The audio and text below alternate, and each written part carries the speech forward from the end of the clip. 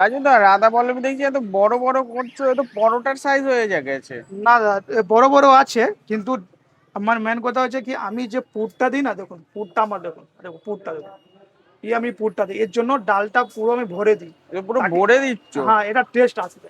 এই camera on আছে তার না না জন্য? না দাদা না, আমার যত কাস্টমার আছে জিজ্ঞেস করতে পারবে, আমি এতই পুর দিই।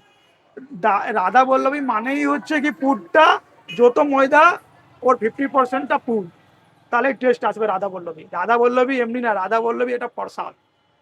কিন্তু অন্য জায়গায় তো অল্প করে মানে কমের মধ্যে মেটানোর চেষ্টা ওটা করে। মেন হচ্ছে ওটা ইনকাম, কেন কি ওর কম দেবে, আপনার আবার চাবেন খেতে, আমার দুটোই খেলে মন বেড়ে যাবে।